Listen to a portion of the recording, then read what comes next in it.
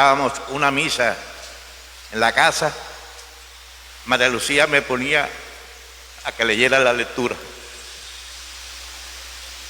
Lectura del libro de Tobit.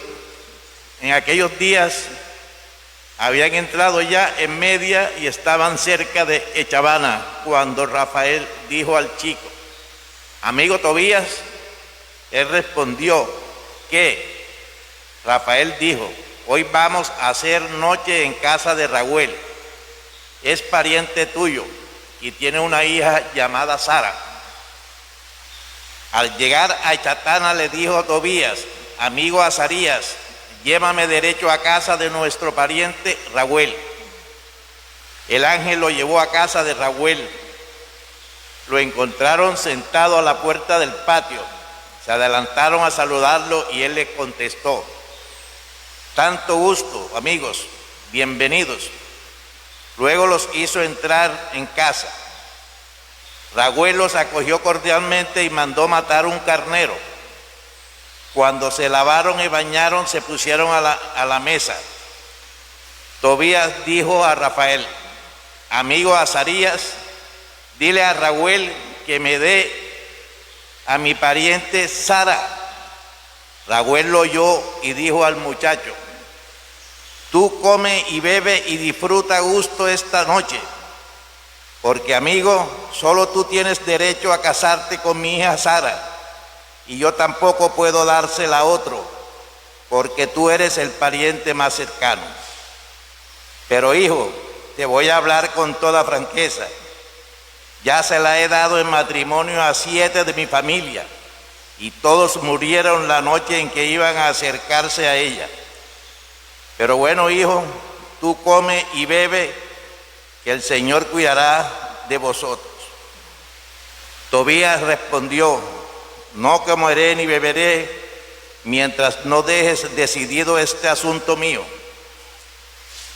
Raguel le dijo: lo haré y te la daré como prescribe la ley de Moisés. Dios mismo manda que te la entregue y yo te la confío. A partir de hoy para siempre sois marido y mujer. Es tuya desde hoy para siempre. El Señor del cielo os ayude esta noche, hijo, y os dé su gracia y su paz. Llamó a su hija Sara. Cuando se presentó, Raguel le tomó la mano y se la entregó a Tobías con estas palabras: recíbela conforme al derecho y a lo prescrito en la ley de Moisés, que manda se te dé por esposa. Tómala y llévala enhorabuena a casa de tu padre. Que el Dios del cielo os dé paz y bienestar. Luego llamó a la madre, mandó traer papel y escribió el acta del matrimonio, que se la entregaba como esposa conforme a los prescritos en la ley de Moisés. Después empezaron a cenar. Raguel llamó a su mujer Edna y le dijo: mujer, prepara la otra habitación y llévala allí. Edna se fue a arreglar la habitación que le había dicho su marido. Llevó allí a su hija y lloró por ella. Luego, enjugándose las lágrimas, le dijo: ánimo, hija, que el Dios del cielo cambie tu tristeza en gozo. Ánimo, hija. Y salió. Cuando Raguel y Edna salieron, cerraron la puerta de la habitación. Tobías se levantó de la cama y dijo a Sara: mujer, levántate, vamos a rezar pidiendo a nuestro Señor que tenga misericordia de nosotros y nos proteja. Se levantó y empezaron a rezar pidiendo a Dios que lo protegiera, y rezó así: bendito eres, Dios de nuestros padres, y bendito tu nombre por los siglos de los siglos. Que te bendigan el cielo y todas tus criaturas por los siglos. Tú creaste a Adán y como ayuda y apoyo creaste a su mujer Eva. De los dos nació la raza humana. Tú dijiste: no está bien que el hombre esté solo, voy a hacerle a alguien como él que lo ayude. Si yo me caso con esta prima mía, no busco satisfacer mi pasión, sino que procedo lealmente. Dígnate apiadarte de ella y de mí, y haznos llegar juntos a la vejez. Los dos dijeron, amén, amén, y durmieron aquella noche. Palabra de Dios. Al salmo respondemos, dichosos los que temen al Señor. Dichoso el que teme al Señor y sigue sus caminos. Comerás del fruto de tu trabajo, serás dichoso, te irá bien. Tu mujer como parra fecunda en medio de tu casa, tus hijos como renuevos de olivo alrededor de tu mesa. Esta es la bendición del hombre que teme al Señor. Que el Señor te bendiga desde Sión, que veas la prosperidad de Jerusalén todos los días de tu vida.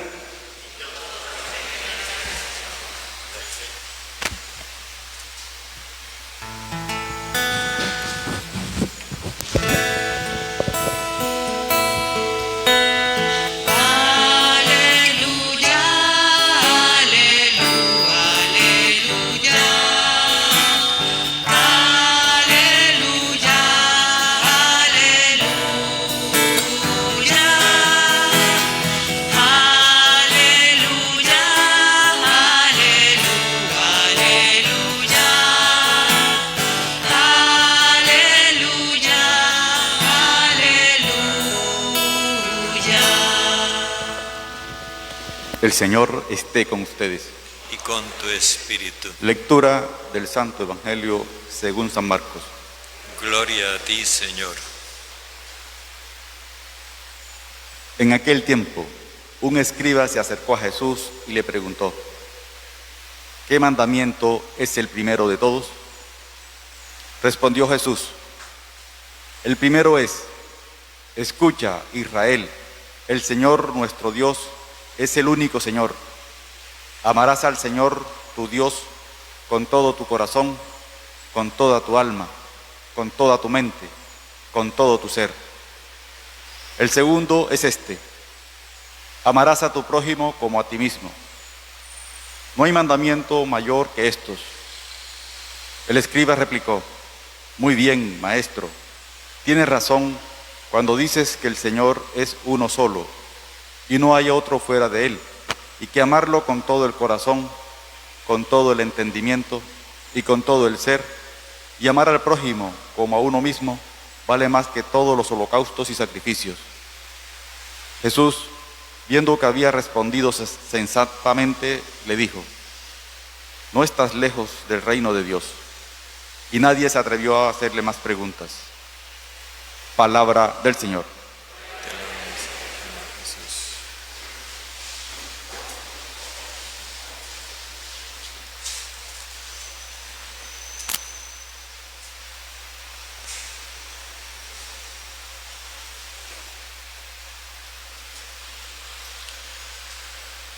Después de que quedaron en evidencia los guías espirituales y sociales del pueblo, porque queriendo hacer quedar mal a Jesús y desacreditarlo delante del pueblo, lo que lograron fue su propio descrédito.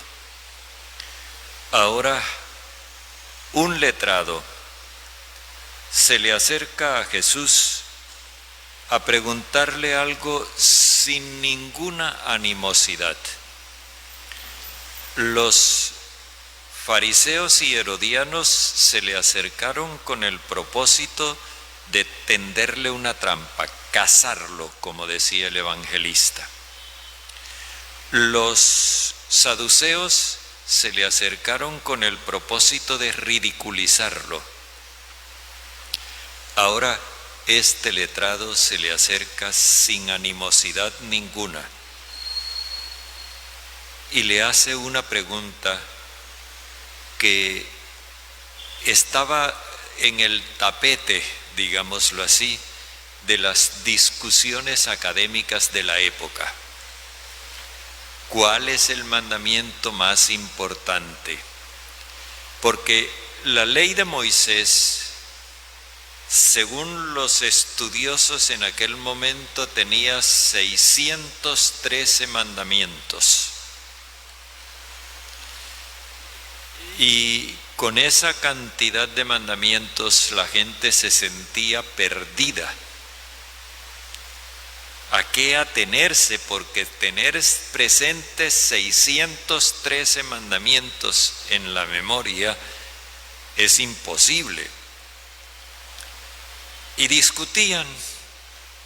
La mayoría de las opiniones se inclinaba por una solución bastante legalista. Decían que el mandamiento más importante era el sábado. Y la razón que daban era que hasta Dios mismo lo había cumplido. Cuando le hacen la pregunta a Jesús, Él responde no con los mandamientos del Decálogo,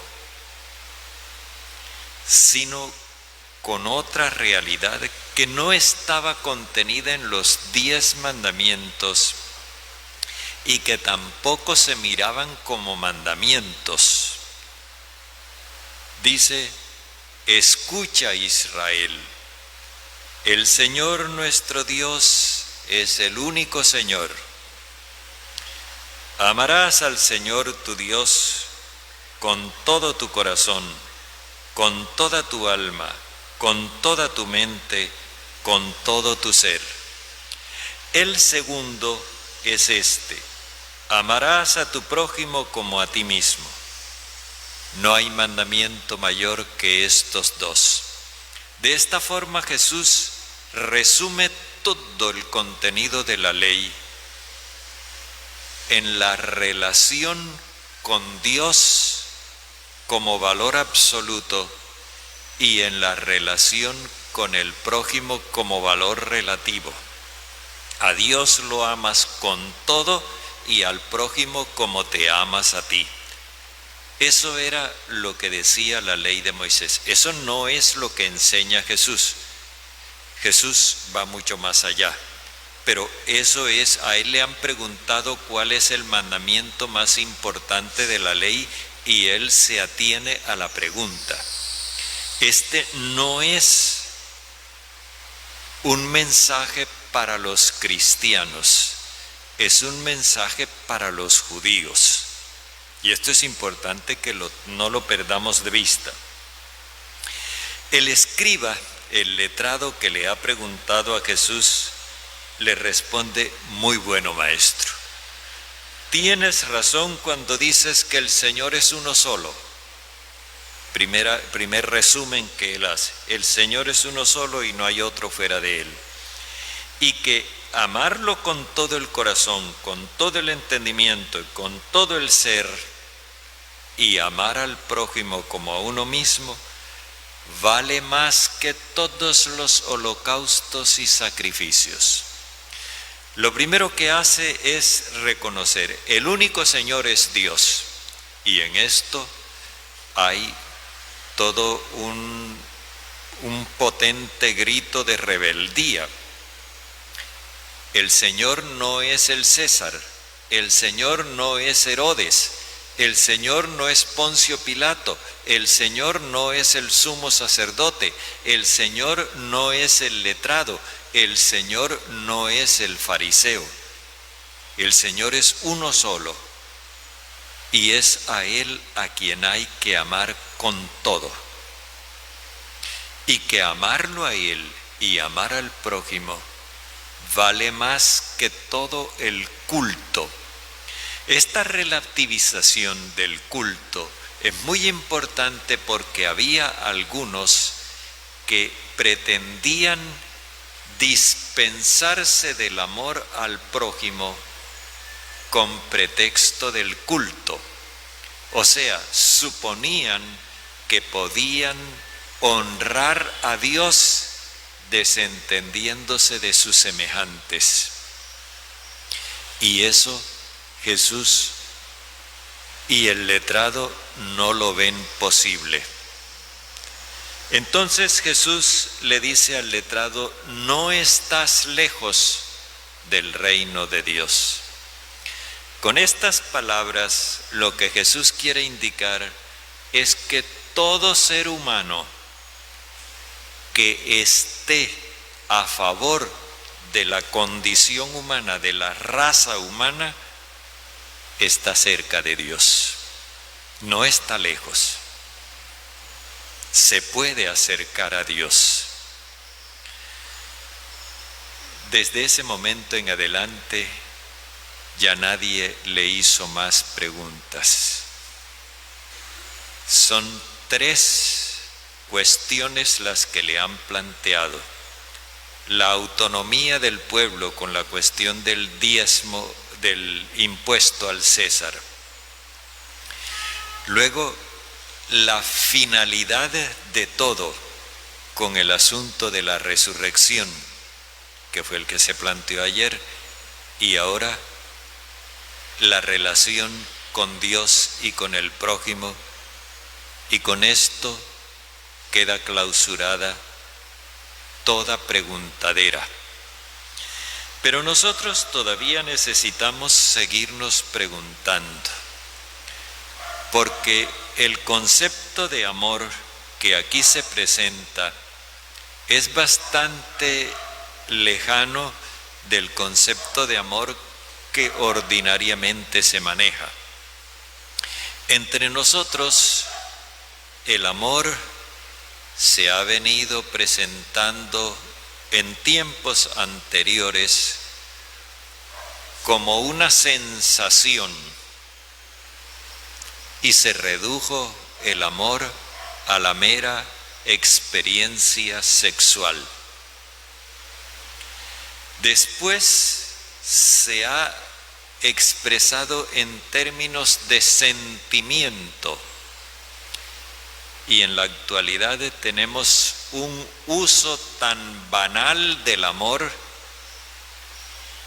que uno oye decir te amo con la misma facilidad con que oye decir adiós.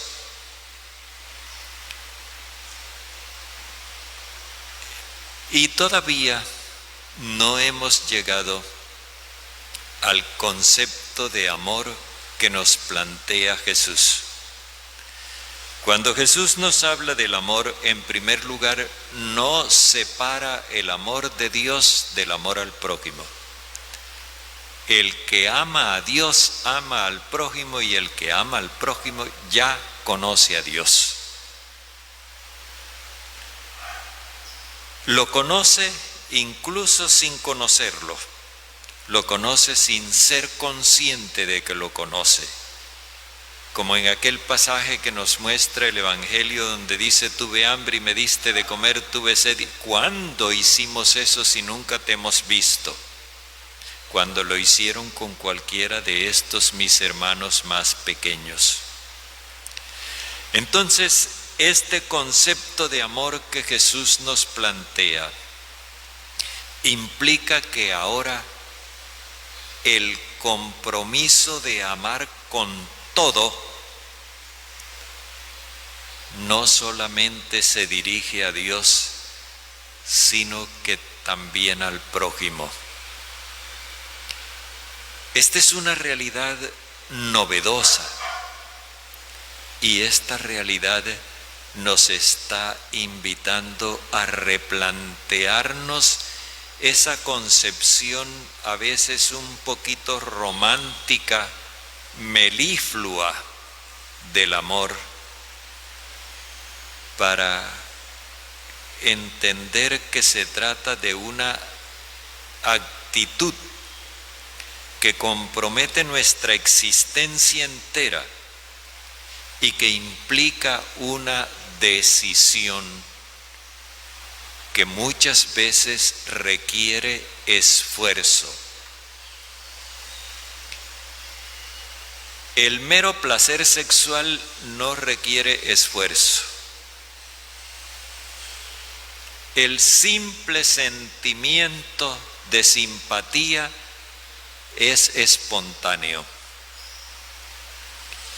Pero la decisión de amar, y de amar incluso en circunstancias difíciles, cuando se exige lealtad hacia la otra persona, cuando se exige fidelidad a la persona que se ama, esto ya requiere una decisión que hay que mantener y que hay que mantener con esfuerzo, muchas veces luchando contra nuestras propias mediocridades.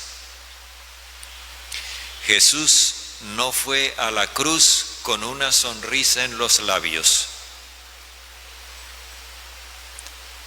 A veces el amor tiene exigencias muy duras, como la de una madre en los primeros 2-3 meses de vida de su hijo, cuando prácticamente se le descontrola el sueño.